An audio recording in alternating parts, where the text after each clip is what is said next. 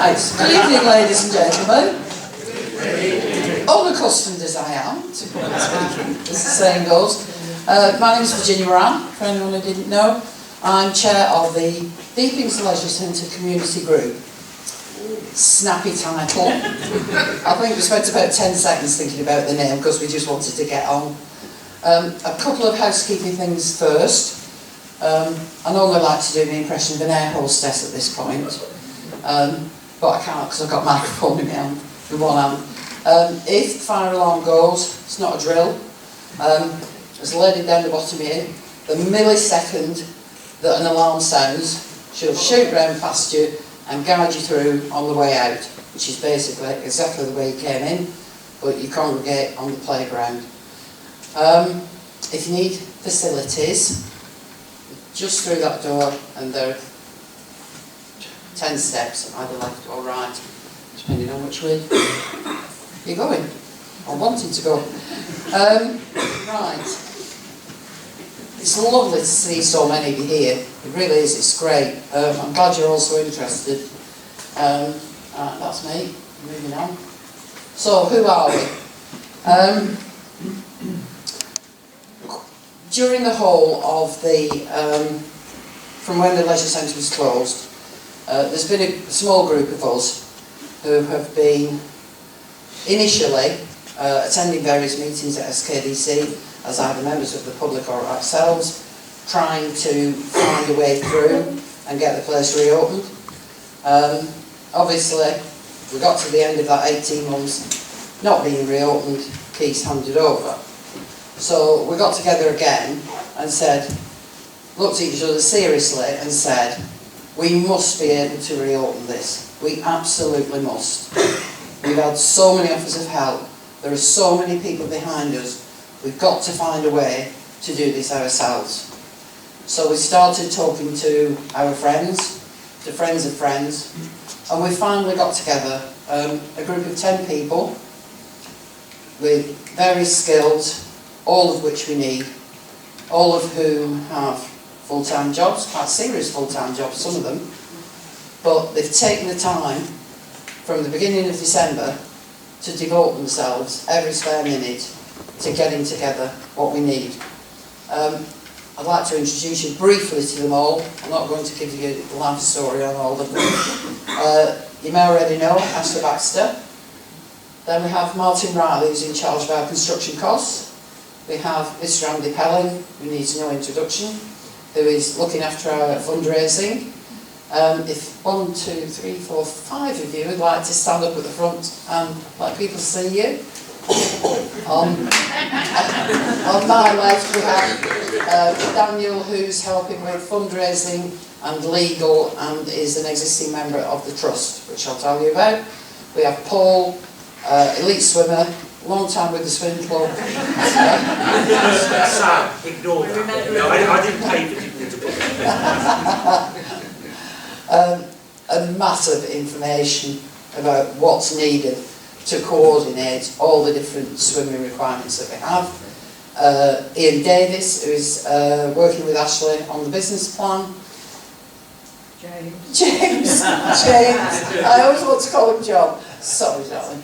James Denniston, who has worked in the gym and sport equipment industry for I think about 30 years.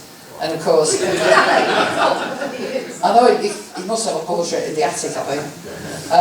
And of course, everybody's favourite uncle, Phil Dills, who is our Lincolnshire County Council liaison.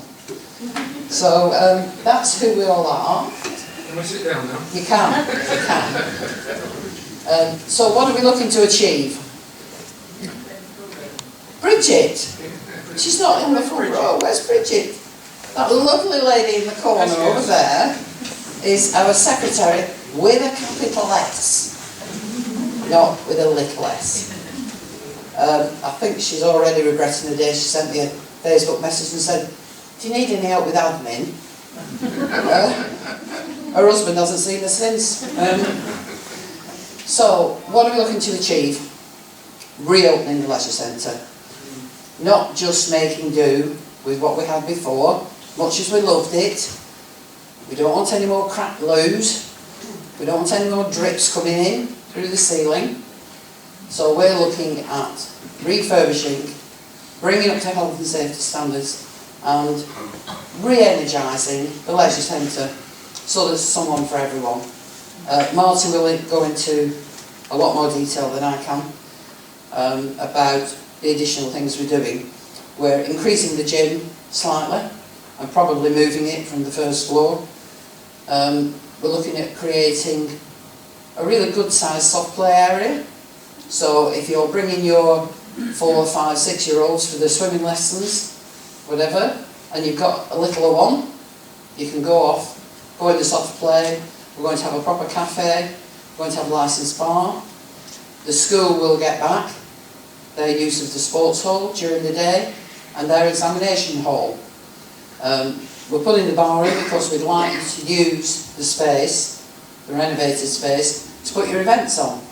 So if you want to have a barn dance or a roller disco, I'm not going to ask Franz up who used to do roller disco, but I bet about a quarter of them, minimum, did it.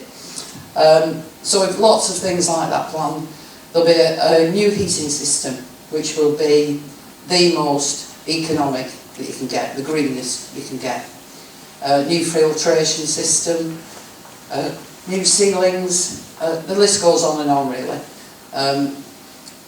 I'll talk at the end about how you can help us do this, because we're not going to be able to do it on our own.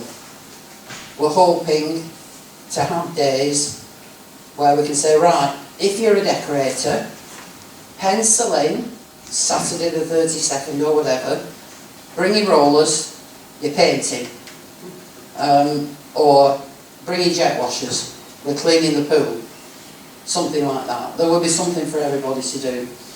Andy will tell you more about all the fundraising ideas that we've got. I'll move on because we've got a special guest joining us live via satellite, believe it or not. So what have we done so far? We've had about 5 incredibly long meetings. I try not to make them long meetings, but it's still nearly 10 o'clock when we get home. We've had a brilliant meeting with Lincolnshire County Council, because when we first started off, we didn't know if both the school and Lincolnshire were just waiting for SKDC to pull out, then they could pull the building down. In which case, we were over with before we'd even started. So we had a meeting with Lincolnshire County Council, we had a meeting with the school and the Anthem Trust. Turns out, nobody's very keen on tearing it down as it happens. Lincolnshire have been brilliant. They're more than happy for us to take our business plan along, take our construction costs along. They're going to have a look at them. Who else have we met with? Lost me thread. Oh yes, we had an inspection at the leisure centre. It's very depressing, but it's all decorative. It's all decorative. Nothing fazed us really. And we had a design and build company come with us as well, because we want to pick their brains. We want to see what they come up with, what ideas they have for the space, and what sort of budget they're looking at. Who else have we? Oh, we had a really good Zoom meeting with 2 members of another community-led group who have rebuilt and reopened Kids Grove Leisure Centre. So they're sort of 3 or 4 years on from where we are now. And they were brilliant with all the advice of what to do and this, that and the other.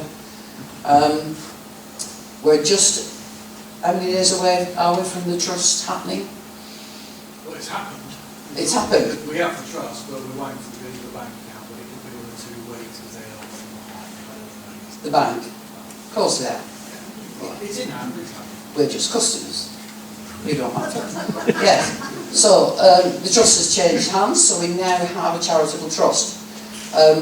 We've done the charitable trust so that every donation we receive, if it's from a taxpayer, we get 20% on top, provided by the government. It also means that we won't be paying VAT, which I know you get back, but we'd rather not have to pay it in the first place. Plus, a lot of the grants that are available 90% of them state you should be charitable status or not for profit. So we decided, as we were very kindly gifted by, it was a chance conversation that Phil and I had with Nick Ash of the Deepings Business Club, and we said, you've done charitable trust, how long does it take to set up?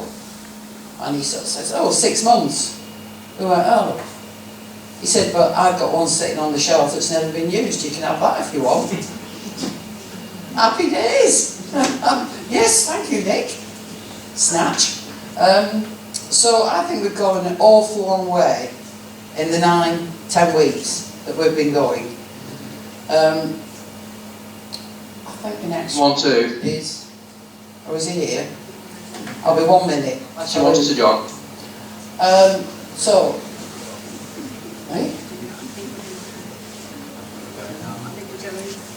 It's alright, I'll shut up. Hopefully Sir John Hayes should pop up on there for you. Direct from Parliament.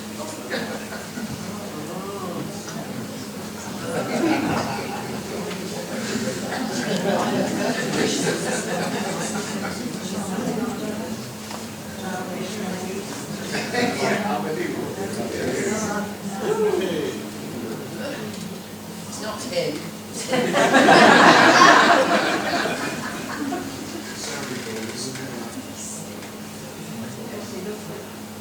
you hear the mother?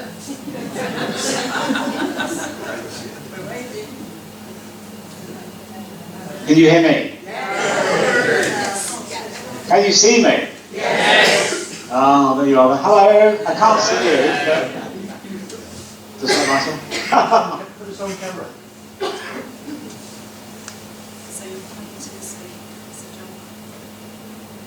I'm glad you can see me, even if I can't see you, and it's really good to be here. The first thing to say is I'm speaking to you from Parliament, obviously, because as you probably realise, I'm down here today, and there's been a very big day in the House over the Northern Ireland Protocols. I've just left the chamber, but the Prime Minister's been making a very important statement. So, taking time out because this issue in the Deepings matters so much. I know how much it matters to local people, and it matters to me too. I'm just going to speak for about 5 minutes, if that's okay, because I want to give you my perspective on it. I first was approached by the District Council maybe a dozen years ago and told that they had plans to rebuild the leisure centre. I know others thought that too. The then leader met me down there, and I've certainly given the impression they had the budget to do so and the plans would go ahead. Much later, 5 or 6 years ago, I met the then leader of the council, who told me that they were going to rebuild all the leisure centres in South Stephen, including the Deepings, and again was given the impression they had the budget and the plans to do so. I now, along with all of you, have learned not only is there no budget and no plan to rebuild our leisure centre, but actually there's no plans even to refurbish it and to reopen it. So you can imagine that rather like local people and local representatives, that came as a huge shock when at the end of last year it became clear that none of the plans that I'd heard about were going to go ahead. It's clear to me that over time the District Council has failed to budget for the refurbishment or the maintenance of the leisure centre, failed to manage it properly, and that now we are in a situation where they don't have the money to do what we need. So here's my commitment to you. I strongly believe that we deserve what we've always had, a leisure centre in the Deepings with an Olympic-sized pool and an excellent swimming club and excellent facilities. Of course, over time that's been shared with the school. I appreciate that. And the school also have a need for those facilities. But moving forward, we need to raise the money to reopen the leisure centre and refurbish it and get into a state where people in the Deepings can use it again. And I am committed to that alongside local campaigners who I've met throughout and discussed this with. So you have my complete support. I've already begun that process by approaching government departments, looking at any budgets that are available, health, for well-being, for sport, for anything else that we can get from that allows us to reopen the leisure centre, to refurbish it, to improve it, to make it available to the public. So this campaign has my full and enthusiastic support. It will always do so. I care about this because I care about people's opportunity to use the leisure centre as they always have. So with that, I'm happy to ask any questions if you've got any questions, but that's where I stand, shoulder to shoulder with the community. I'm afraid to say that over time the council has not come out of this smelling of roses, and that's putting it extremely mildly. The current leader of the council, I met on this issue last week, tells me that if we can raise money, there may be some chance of them being able to support that through money they can raise. But the first objective is for us to raise money. And I know there are various thoughts on how we might do that. So thank you for giving me the chance to be at this meeting, albeit by these modern means.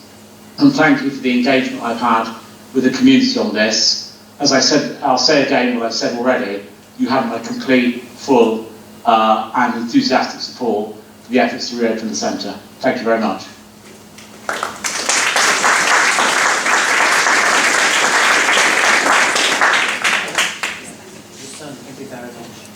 I can add a lot to that. The committee have met me, as you know, and I've made the points that I've made to the bigger meeting. And I know that you will want to update me when you've got the full survey of what we think we can do and how much it's going to cost. When I looked at the original survey, I just thought it was... The trouble is, if you ask people to do a survey, they always go to the far end of the spectrum, don't they? They always tell you... tell you all kinds of things that you don't necessarily need to know. And I thought that first estimate seemed to me to be extremely high, given the kind of work that we need to do. But of course I defer to experts on that, and when we get this next survey, we'll start to know what our target is and what we need to work towards. Thank you. Bye. Bye. Thank you, everyone. Bye. Thank you.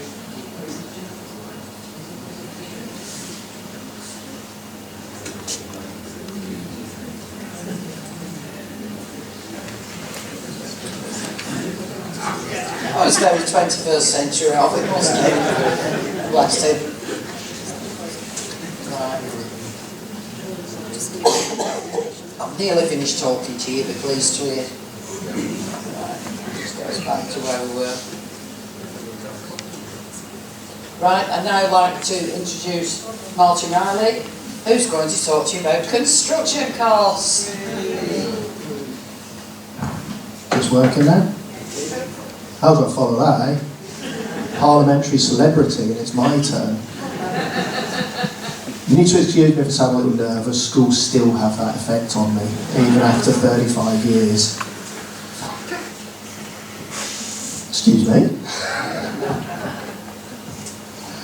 So I got involved in this project. I got invited along by Ashley and Virginia, partly because I've got very active in the local community with certain building companies that are bleeding the town dry, in my view. But more importantly, because I've got quite a bit of experience in doing refurbishment of buildings. As my daytime job, I run 2 hotels. In the last 4 or 5 years, I've refurbished both of them. Because the way we operate, I project managed the whole process from start to finish. Bizarrely enough, 2 years ago I did a dental surgery, and I don't quite know how I got involved in doing that, but I still don't understand why a dentist chair costs £26,000, but apparently it does. And more recently, in the last 5-6 months, I've project managed sort of 4 solar and PV systems for our businesses, totaling over sort of £250,000. I've put a new gas water heating system in. So I've gleaned a bit of knowledge on the sort of things that we're going to need to get this leisure centre open and running again. But the first question I had was how the council came to the figures that they've had in their reports all this time, the one that they justified closing the leisure centre with, etc. So I've got an interesting number, which is that.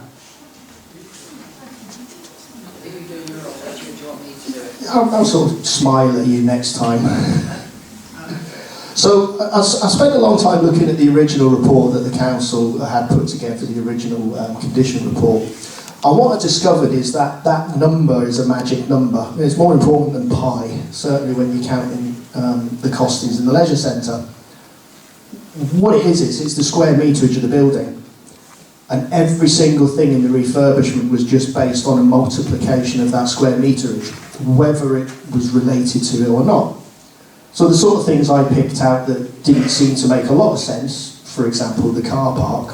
Why would the cost of fixing the car park be even vaguely related to the cost of the size of the building?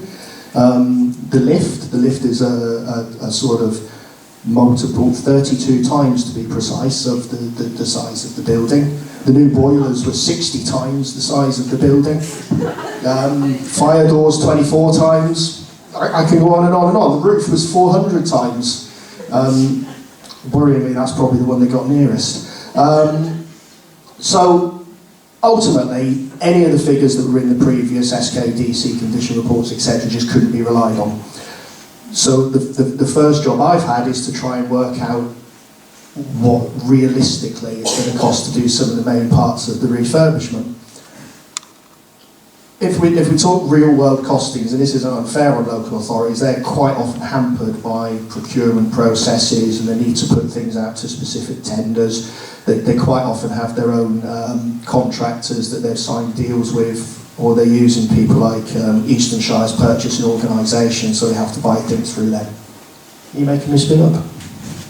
Okay, I'll speed up next time. Some of the most interesting examples I found was there was a figure of 800,000 put in to replace the pool filtration system. We've actually had a quote which includes replacing the heating for the pool as well for just 91,000. So that's quite a difference in terms of that. The roof, because of the way they calculated it, they came in at nearly 700,000. We've put it out to local companies who are waiting for their answers, but the people that have given us figures are coming in nearer 350,000 to replace the roof, not the sort of 700,000 that the council has in their figures. But it's important to know that's not to say we're not doing it properly. It's just that we're able to go out and find companies that are interested in helping the community. They're still going to turn a profit, let's not pretend they're doing it for nothing. But we're able to maybe circumvent some of the lengthy processes that it goes to when you put things out fully to tender. What we're going to do? Next. Back. I think you jumped one too far. Yep. So we're going to replace the heating system throughout with energy efficient heating. At the moment, that big old oil burning boiler that sat in the corner of the site just is never going to work again, we don't think. So we're going to replace the heating system throughout. Refurbish the pool and the pool plant room up to current standards, which includes things like UV filtration, so we can turn the chlorine levels down, it makes the swim more comfortable, that kind of thing. But more importantly, it means that the running costs in terms of chemicals are much lower. So I'm reliably informed by our pool expert. The changing facilities at the pool have never been the most popular. So going along a sort of family changing village where it's much easier to get the little ones changed and whatever is the plan there. Probably around a 60 station gym, given the space that we've got available, but if we can squeeze up to 80 in, then that's what we plan to do. And that'll have a kind of mixture of sort of new, leased, refurbished equipment, but it will be right up to the sort of standards you get if you went to a pure gym or similar, or maybe not quite Valentine's, but that sort of thing, yeah. Soft play area. I have two delightful young children. I'm not being selfish in saying that we need a soft play area. I think the Deepings desperately need something for families. And one of the things about this town is that we're lacking a real good community hub, and putting in something like a soft play area that also has a good coffee shop facility alongside it will mean that we're getting that focus in. It'll include, we'll have usable studios, we'll have usable physio spaces, we're talking about possibly putting a lounge bar in as well, so that, you know, function space is available. But the key to it all is to make sure that absolutely all of it can support the profitability of the centre, so that we can afford to put the actual community facility, the swimming, and that kind of thing into it. So that's a photo I took on the left of what the pool looked like as we went round it in early January. And that is a photo of as it was, I believe. Yeah, quite. That's the big tank catching rainwater in the corner of the gymnasium. Don't worry, the soft play is not actually going in that space. But if we do indeed manage to put the soft play in, but then we've been to the country's biggest supplier of soft play equipment, and they're kind of on board in terms of supporting us, not just with the equipment itself, but assisting with the business plan and any fundraising. They've done a lot of projects for other companies along those lines. That's the entrance area. I don't know if anyone recognises it. It's on the left there, just as you go in. And I faded out the second image because that's actually the lounge at one of my hotels. So I thought I'd just kind of fade the photo down a little bit. Oh, sorry, no, that's that space there. So that's what the reception will look like when we've done it. And that's up on the bridge on the first floor on the left-hand side where the sort of viewing gallery is. You can see there's another tank there collecting rainwater for us. And that's the artist's impression of the 60 or so station gym that we're hoping to fit in the building. And I think, on to Andy. Thank you for listening. I don't know if we're doing questions at the end, just in case. Oh, no, Regina's looking at me. I'll hand you over to Andy. Okay, thank you, Martin. As it says up there, Andy Pelling, fundraising. Well, I've got no experience of fundraising, so I'm obviously the ideal candidate for this. I've got a bit of background, and I worked in engineering years ago. I run a couple of local businesses. I'm the chairman of Deepings Business Community, as it's now called. My only bit of fundraising really is I'm part of the RAF Race Committee, and we sort of raise money with the RAF Race, obviously for good causes in the community, but I don't really do the fundraising part of it. However, I'm happy to help out here and try and get behind it. So the $64,000 question is, how do we pay for it? It's actually a bit more than $64,000, but I'll come on to that in a minute. So when you all go home, if you check down the back of your sofas and have a bit of a whip round, yeah, that won't come anywhere near it, unfortunately. So we've got a target number in mind based on all the work that Martin's done, and it's very, very much smaller than the figure that SKDC had to justify not being able to do it. We're not in a position to tell you exactly what that is at the moment because we need to firm a few things up. So bear with us on that one. And we might not get it all at once, so it may be delivered in phases.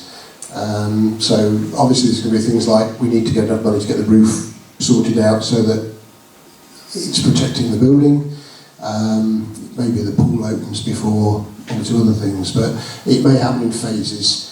But we kind of know roughly what we're aiming at, and that sort of gives us a target to work at. So next slide please. We've got various potential sources of funding. Now the big ones where we might get some big chunks of money are the National Lottery. Now Sport England is actually a subsidiary of the National Lottery, and for what we're doing we probably have to deal with Sport England rather than the National Lottery direct, although there are various different funds. So there is a fund the National Lottery have that's not part of Sport England that we might be able to apply, but both of those organisations I've been exchanging various emails with them and speaking to them on the telephone, and at this particular point in time they don't have any capital grant fund available. That's not to say they won't have shortly, so we are in contact with both of those. There's something relatively new called the Community Ownership Fund. When I say relatively new, it's been going 2 or 3 years, I think. And that is looking very promising. We tick all the boxes for the Community Ownership Fund. So there could be a very significant amount of money there. And as I say, when you go through their eligibility process, as I say, we literally tick every box with what we're doing. So that one's looking very promising.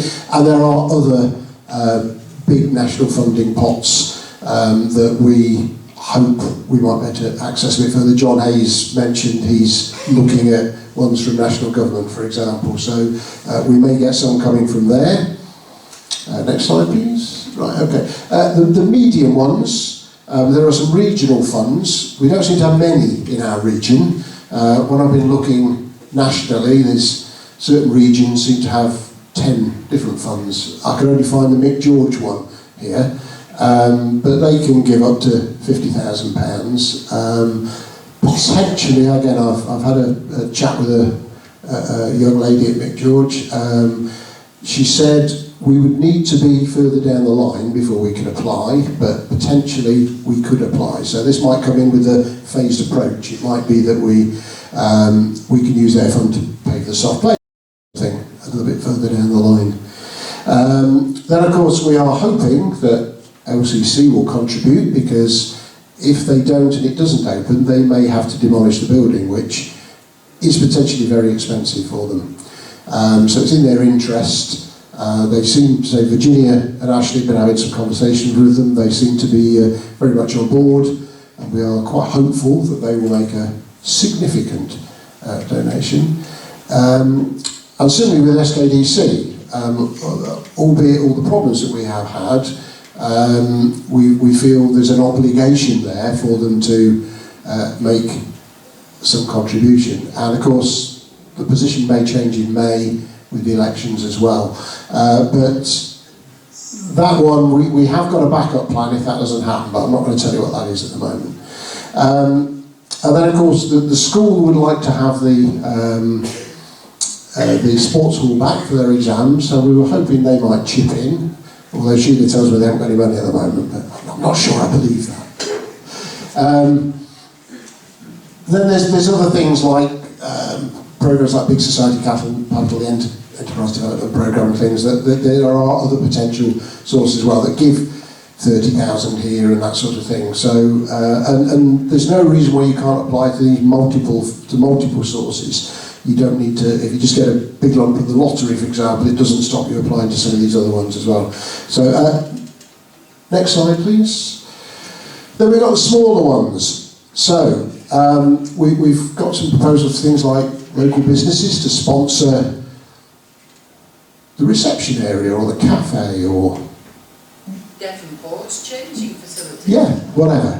So, we will come up with various sponsorship options, and hopefully some local businesses may sponsor certain aspects of the leisure centre.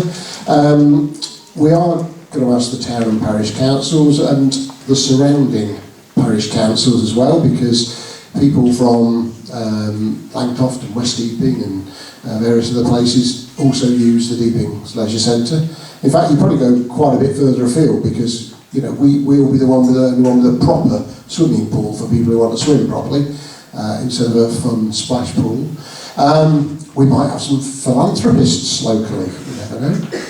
Any millionaires in the room, if you want to... Yeah, or if you know any, you know, pass their details to us. We're not shy, we'll go and ask.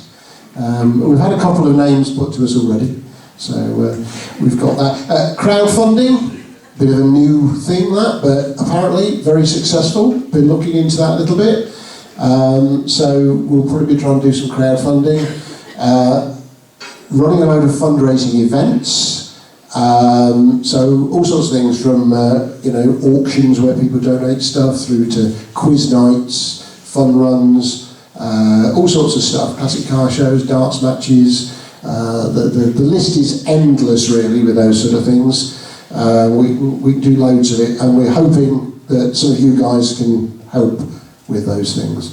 We're going to have a thing called the Friends of DLC, where there'd be a membership fee. So it might be something very modest, but as and when the centre opens, you get a discount for using it if you're a member. So it may be you pay £5 or £10 or something to be a member, and then a bit further down the line you get a discount on your first 2 or 3 sessions or something like that, so you effectively get your money back. So there's things like that. I've got a list at the moment, and there's about 40 items on the list of these small ones. So they might, none of them individually might be very big, but they will all add up. So you'll be surprised. So final slide, I think, no, final book one. Penultimate slide, please. Right, non-financial sources. We've already found a lot of people willing to help and do things for nothing. For example, Martin touched on the great big ponds that have been built in there to catch the rainwater. Had a word with the local fire brigade. They came around and pumped them out for nothing to save them overflowing. We've asked for legal help. We've had a barrister and a solicitor come forward, offer their services. There's lots of things already where people are volunteering to help. Local businesses, I'm pretty confident that we will get some donations of things. So it might be somebody will donate even just a desk and chairs for the staff room. You know, it could be a coffee machine or something. But all these small things add up. We also might get local businesses offering a day's labour. Or they might do it at a reduced rate contract. We're also, as Virginia touched on this earlier, we're going to ask for some of these DIY SOS type days where we ask for lots of people to come and help with cleaning, painting, assembling furniture, the kind of jobs that everybody can get stuck in and have a go at. And when you start looking at figures for some of these, it's surprising this can actually add up to a serious amount of money, and it's something obviously that SKDC couldn't have done. So just this stuff on this page alone could potentially save tens of thousands of pounds, which all makes it a little bit more affordable. So on to my final slide. Right, will it all add up? Well, all those figures on the previous slide are in a big spreadsheet, and we've got several columns on there. We've put in a sort of a very optimistic scenario that, you know, all these organisations are going to give us lots of money. And if we do that, it adds up to about 250% of what we need. So then we've come with a worst case one, and that could be 50% of what we need, or maybe a bit less even. So then we've gone through and had a look, best guess what we think from talking to the National Lottery and all these various other people, what we think is probably realistic, and we think we might get 110%. So that gives a kind of a 10% buffer, perhaps, on what we think we need. So we do think it's achievable. If we get less than that, there are borrowing opportunities as well. So it doesn't mean that we can't necessarily go ahead with it if we're not as successful with the grants and such like. So there you go. That's it from me. Hope that was useful information.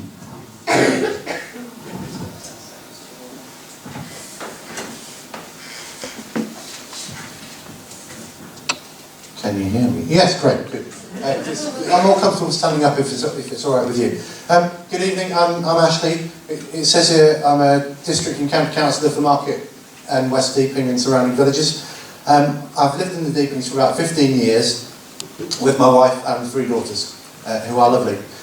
My daughters all learned to swim at the Deepings pool. Next slide, please.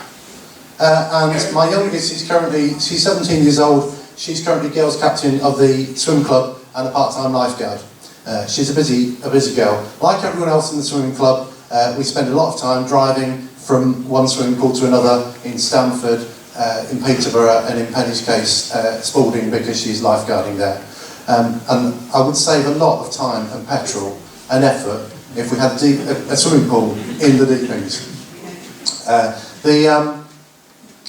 It's not a personal interest. I don't have to declare it anymore because by the time this is up and running, I fully expect that Penny, my youngest, will be off at university swimming somewhere else. I would like also to take this point on behalf of me, on behalf of Penny and on behalf of the whole community to say thank you to the swim club for keeping the whole thing on the road. You see them... This is a gang of them with Penny in the middle at a recent competition where there were medals galore, and that wouldn't happen if it weren't for people like Paul and like Sam and like all the other officials of the club, Steve Bryers particularly, who are keeping the whole thing together and finding pool space and telling us when there are ventilation problems and telling us when there are road changes and organising lifts. Penny gets up at 5:20 in the morning to get a lift at 5:30, unless I have to take her and I have to go for a run at 6 o'clock. It's difficult, and we deserve better, which is why you're all here. And I'm very glad to see lots of familiar faces, and I'm particularly glad to see lots of unfamiliar faces, because sometimes you go to meetings in the Deepings and it's all the same gene pool, and I'm glad that there's nothing wrong with those people, but it's good. It's good to widen the skills base.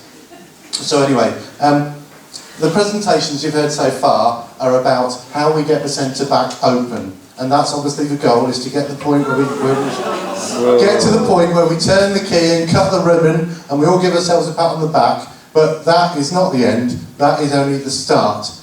We then need to keep the thing open. And you can all come along to the opening and you can cheer us all, but if you then never come back, that's all been a waste of time, and we've got better things to do with our time. So this little bit of presentation is about the business plan and how we make sure it stays open. We've got a lot of goodwill and community spirit, but what we need in order to keep it open is people coming in to do exercise and to swim and to buy stuff and to pay for stuff and to keep the centre open. If it's rubbish, they won't come. So when we talk about all these people volunteers and professional, and what was the name of that programme you mentioned?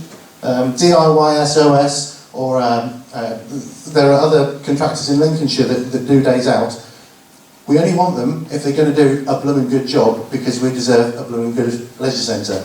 So we've started to create a business plan, and Andy mentioned that it's got several columns. That's an understatement. It's got several columns, rows, tabs, cross-references, and everything feeds back to the original. We need to know how much we owe, we need to know how much we need to generate, how many customers, and so on and so forth. So what do we know? There are some things that we already know. We know that Deepings, out of the 4 leisure centres in South Castilian, I'll move over here if I'm in the way, out of the 4 leisure centres in South Castilian, we were the second best, and that the first was Grantham, and we probably would have been the best if we'd had access to the pool the whole time, because Grantham don't cohabit with a school. Deepings was the only centre to break even. All the other centres were subsidised. When you added on the costs of the Grantham admin, actually we were at a slight loss. When we run it, we won't have as much Grantham admin, but we will have some admin. But we know that we were a successful leisure centre. The second or even the first most successful leisure centre per head of population. We had, and we still have a highly successful swim school. No, swim club. We have a swim club. We used to have a swim school, and the swim school is what educated all your kids, and probably some of you, to swim. Over 1,000 people were registered at the swim school, coming in every week. The children were learning to swim. The parents were buying coffee.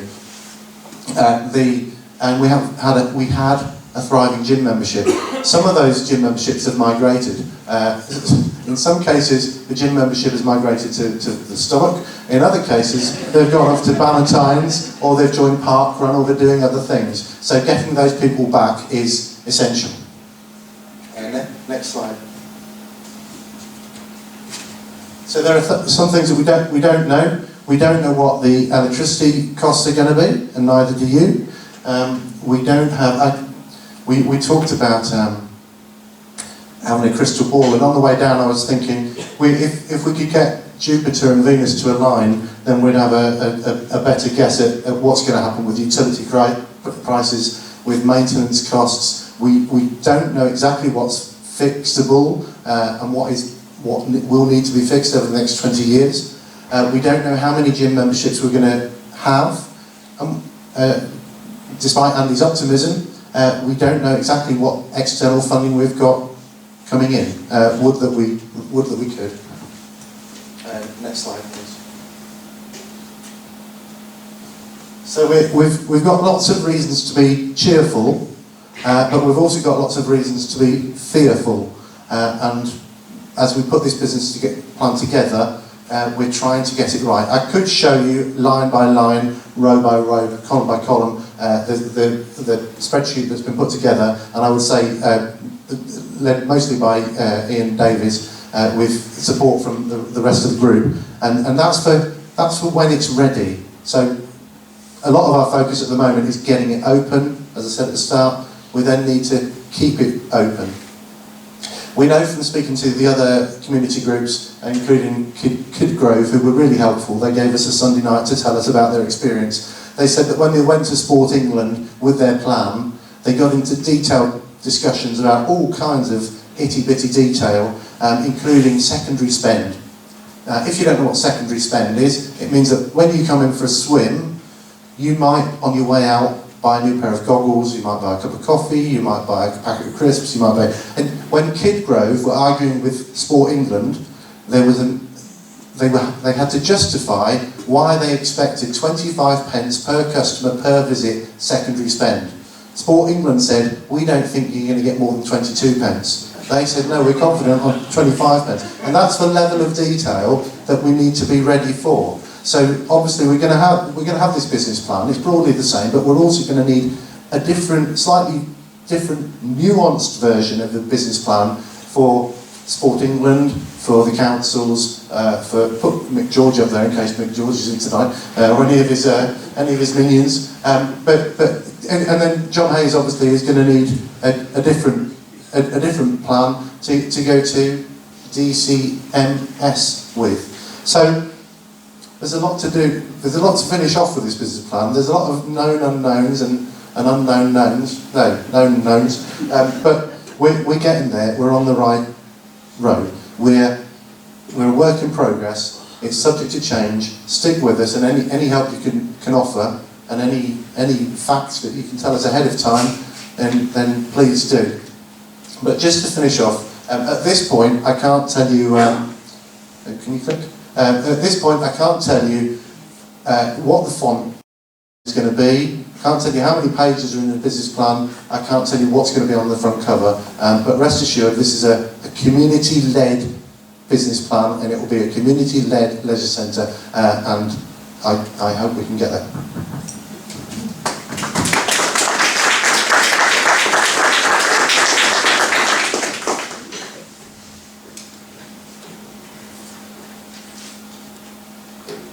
Before I move on to the frequently asked questions, because we thought we'd get together the questions that we usually fired at us as soon as they find out who we are.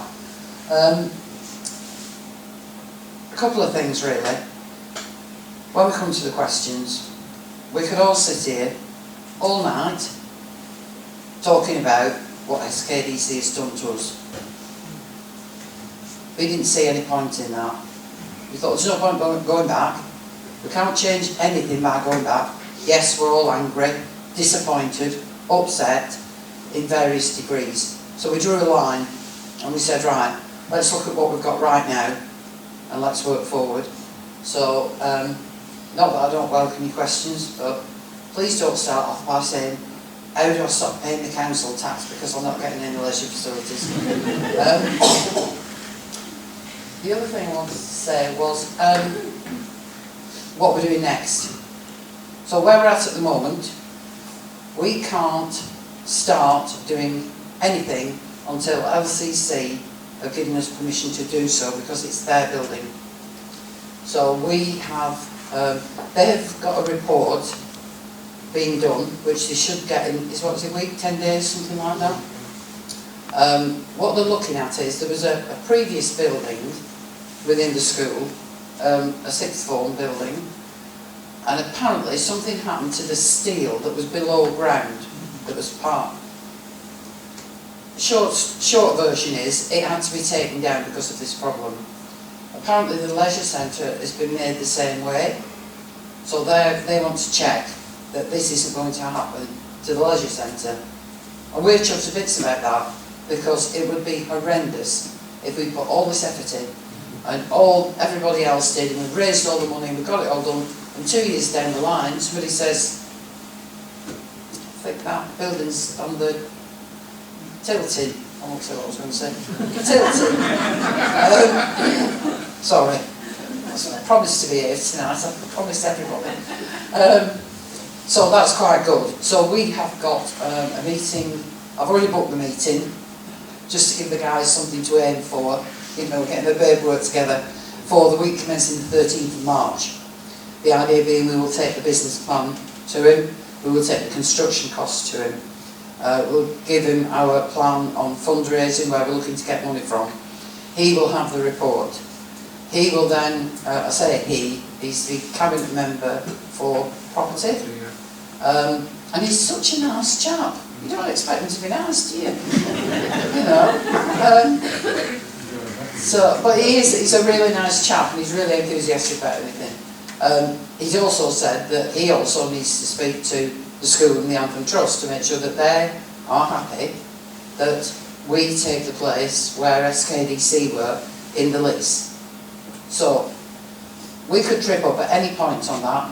Lincolnshire could say, I'm sorry, I know these figures look great, but we don't believe it, or we can't do it, or this, that and the other, or you're not going to be able to raise the money. Any of those things could happen in the next couple of months. This report could come back and say there's only about 3 years' life left in the building, and it's all over. So everything you've got to cross, if you can just cross it from now until about mid-March, that'd be really good. So frequently asked questions. When will it open? No clue. Not got a clue. I know when I'd like it to open, but that's assuming that everything happens like I want it to, or we want it to, and I don't think that will. We're bound to come across a hiccup somewhere, but as soon as we possibly can, we'll get part of it open, if we're allowed to do so. How much will it cost? We're not telling you. Because we don't know, and we don't want figures bandied about until we're 99.9% sure that we're right. I'm losing my mic. All right, sorry. What happened to the lease? The lease is still in existence. The Department for Education were on the verge of signing it. Ashley and I went to see John Hayes because SKDC were delaying. So we thought, well, they're going to have to put up or shut up, really. So we went to see John Hayes and said, please can you go to the Department of Education, find the lease at the bottom of somebody's pile, put it to the top, give them somebody a pen and get them to sign it, then we can get on. The end result of that conversation was SKDC fessed up and said they're never doing anything again. So at least we knew where we stood. But that lease, everybody was happy with the contents of that lease. So basically what we'd like is do a find and replace on it, and everywhere where they find the words SKDC, put Deepings Leisure Centre Community Group. So, or Deepings Community Trust, because it'd be in the name of the trust, yeah. Now, how can you help? A lot of you will have a little piece of paper on your seat. We're going to need fundraisers at some point, so I'm trying not to be sexist with this. People who like baking or something, we could have a massive bake-a-thon. We'd like somebody to organise that. We'd like people to bake cakes or something like that. On the skills side, you might work for massive plumbers. And your massive plumbers, who's got branches worldwide, has a charity programme thing where they will allow you, or you and 6 of your mates, to have a paid day off where you go and work for the community, or something like that. They may have a fund that you can tap into for your community. So there's all sorts. Right at this moment in time, we are actually looking for 2 specific people. We're looking, if you don't know how to do this, it won't mean anything to you, but we need somebody who can use SketchUp. Is that what it's called? Basically, we've got drawings. SketchUp, I believe, is the modern version of CAD. So if anybody fancies twiddling with some plans for us in the lunch hour, give us a shout. You know where we are. The other thing we're looking for is somebody with a lot of experience of fundraising, who knows how to write these bids that you put in. As Andy said, RAF race is coming up. I know from previous experience when I used to be on the RAF race committee myself, it consumes your life. That time is starting for Andy. So we need someone who knows what they're doing when it comes to fundraising, who knows the websites. So if you can do anything, but whatever you can do, if you're an electrician that's prepared to give us a day or a week or help us out, put your name on the paper, and when we need you, we'll give you a shout. So if you want to leave them on your way out, on the table, that would be great. So you can nominate your mates as well if you nominate your mates if you can't do it yourself. Yeah, don't be mates in by all means. Yeah.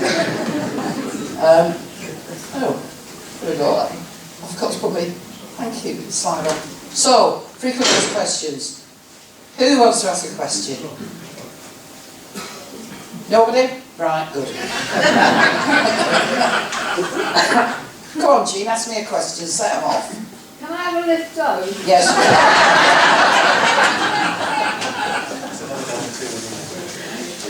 Andy? If the building is condemned or has a short life, what are the options then? We haven't got any. So there's no possibility of a rebuild rather than a refurbish of the building? No, sadly. Unless somebody decides to donate a piece of land to us, and we managed to raise 10 times what we're looking at raising now, I would think the chances of us getting another leisure centre are about 1 million to 0. Yeah. Just after that, we're not going over ancient history, but there was an alternative building in the Deepings that it looked like a leisure centre, and it looked as if it could have been a leisure centre, and at the time we were talking about it, it was £5 million. It was bought by someone else, it has remained empty since, and it's now on the market for £8 million. So, like most property prices, it keeps getting further out of reach. So, at the moment, this is certainly our best hope. Just on that, the sort of crumb of hope and comfort we have on that is that there is a long lost sister to the Deepings Leisure Centre up in North Highcombe, which is run by North Kesterton, or was run by North Kesterton District Council. It had quite a significant refurbishment about 6 years ago, and its building life is good enough that they spent £3.6 million on it to bring it up to modern standards. So it was built up. It's cracking looking, and it was built at exactly the same time to exactly the same design. If you looked at it, you'd think you were in the middle of the Deepings Leisure Centre before everything happened. So hopefully, same contractor, same design, same build time. Our one will be in the same structural condition, so we are fingers crossed and everything crossed that it's in the same condition as that leisure centre up there was. Any more? We aren't disappearing, by the way. We're quite happy if you prefer to talk to us face to face. We will be lurking about for a while. Sam? SKDC were running the building on behalf of LCC. Is there any obligation for SKDC to hand the building back in the state they received it and then way of getting money out of SKDC to uphold that obligation? Right, well, yes, there's... Do you want to answer that? I'll do it. They're definitely... I'm happy to do it. I've got to tell you, the state that they handed the bill, that SK handed the building back to Lincolnshire County Council was absolutely atrocious, quite frankly, and Lincolnshire County Council has said that to us. You know, their building inspector people have looked at it, you know, showed us around at the same time, and they were as appalled as we were at the state that they've done. You will have seen some of the tiles. I know Virginia said we're not going to go over old ground, but I'm as angry as you all are. Even some of the ceiling tiles were taken down. For what purpose? They had no intention of reopening that building once it was closed. I'm very sad to say. You know, they even took out the stainless steel made to measure steps to get into the pool. For what reason did they whip them out? You know, and as you walk round, you know, they tore notice boards down and things, just because they were so determined it was going to close. But, you know, a lot of that is cosmetic, hopefully, and, you know, looking at, you know, realistic in the real world estimates, you know, it is looking that we could possibly get this done.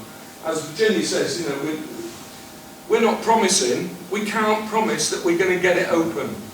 But we're going to have a bloody good try, and we're going to do a lot more than SK were prepared to do, to see if we can't, you know, get swimming again in the Deepings. Thank you. Could I just come in briefly on that one as well? Just to answer the question directly,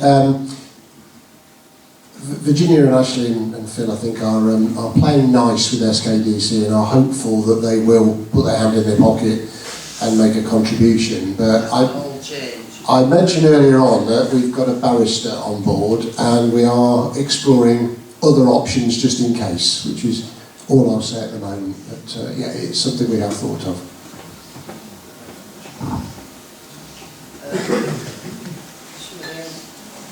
Peter, do you want to go on? Lost the other person. Phil mentioned the custom-made ladders.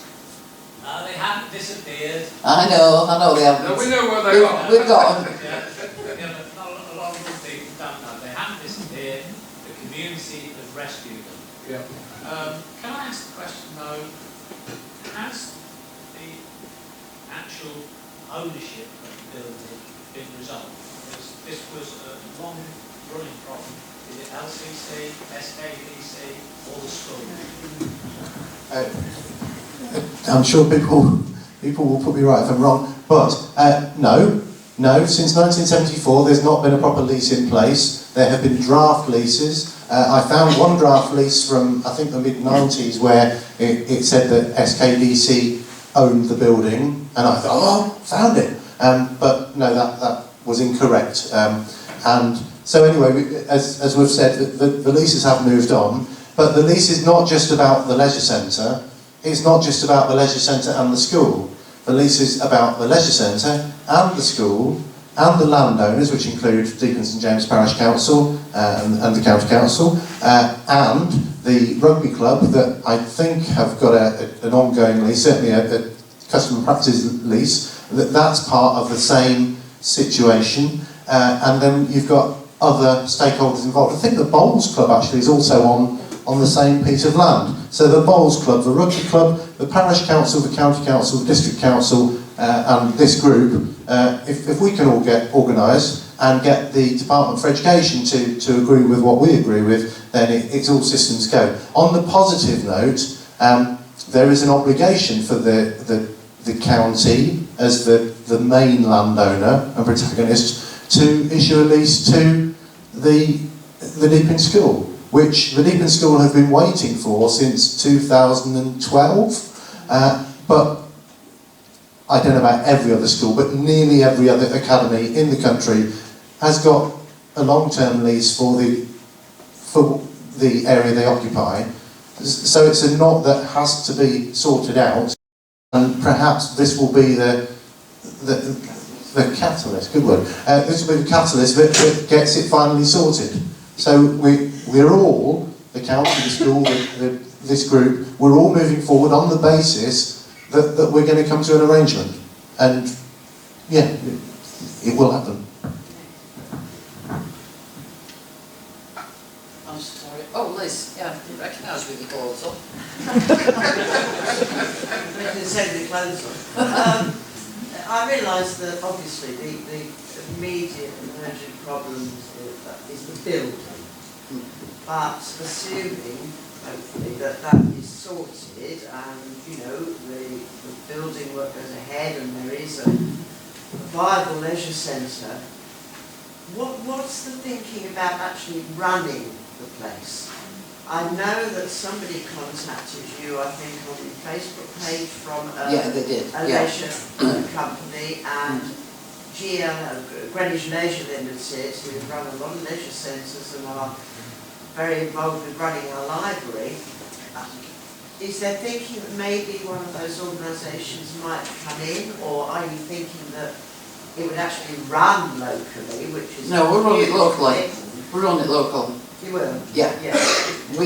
Anything that leisure centre makes, we want to go back into the leisure centre. Okay. When we're up to here with reserves for future disasters, and it's still making money, we want that money to go back into the community, either through reduced entrance fees or helping out the RAF race with what they're doing in 2029 or something like that, or whatever.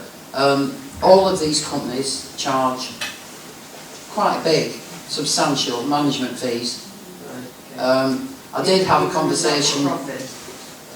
Yeah, I did have a conversation with the chap who got in touch.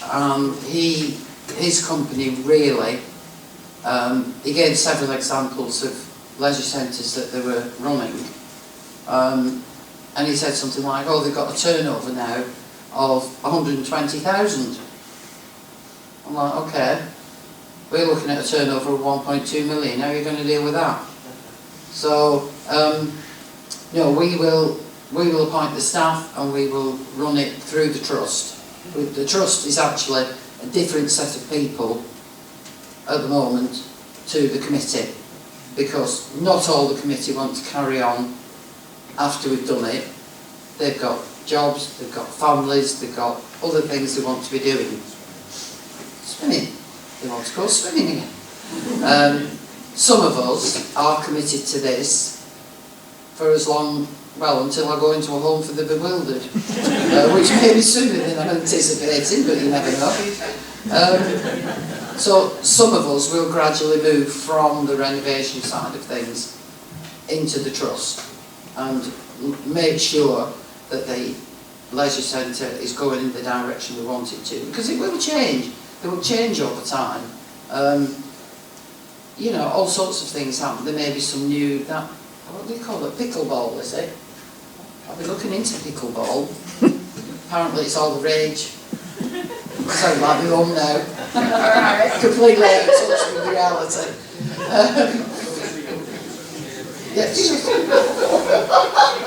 So, you know, in 5 years' time, all the kids might be going, well, let's play pickleball, I'm bored. So we might do pickleball. These things change. But we just want it to be for us and about us and by us. I just thought, oh, that's quite good, that.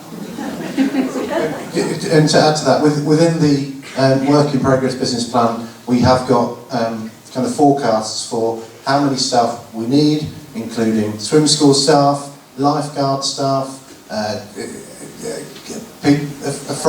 front of house, back of house, maintenance, and so on and so forth, because we're expecting that we're going to be lumbered with the costs and also lumbered with, blessed with the profits as well. And note to Maddie, if the headline on the Mercury on Friday is pickleball opportunity for Deepings, then we'll be disappointed. Just adding to what Ashley said as well, of course that will create a number of local jobs as well, and there'll be, you know, properly paid local jobs. There might be a number of volunteers that sit on the trust that oversee things, but there will be proper jobs created for people to run the centre. Yeah, absolutely. It will be Deepings people first. Any jobs, Deeping people first. You know, we are going to operate under favouritism. Subject to legislation. See how this is. I'm afraid, people, time is locking on. The caretaker would like to get home sometime tonight, so we've been asked, I'll take one more question, if that's all right. We've been asked to completely vacate by 9 o'clock, so 1:45. Yes, Chris, I'll come to you next. Yes? So now, how are we going to get the breath? So what's happening? How will we know? How will you know? Yeah. If we get the go-ahead, because we're very conscious that we're very Facebook-based at the moment, we will be getting a website up and running. There's no point doing it now until we know we've got the get-go. So we will be continuing with social media. Any major announcements will go in free of charge, I understand, in the Deepings advertising. Tiny font. So if you see a bit of a blur, that'll be and we'll be on the website. If we get the Friends of DLC set up, that will give you automatic access to the website and everything.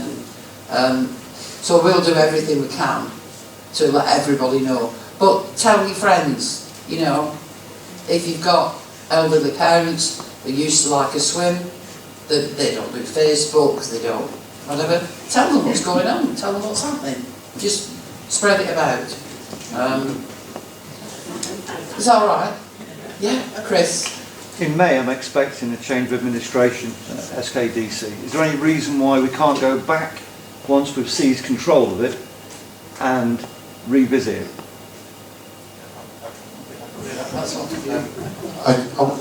Are there elections in May? I think there might be, yeah.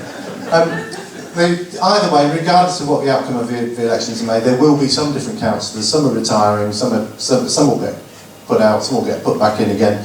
And it doesn't change the fact that SKDC have a moral obligation to the people in the Deepings. They are responsible.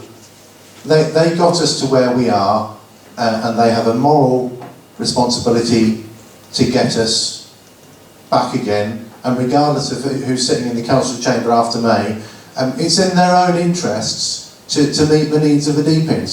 So like the library, like the leisure centre, the youth centre, like the other things that have happened, I think that they will come round and they will support the community in providing a service that they used to. So I'm not really worried about who's in the chamber. I'm sure that some of them will have the common sense to support practically and most of all financially what's going on here, regardless of party or anything else.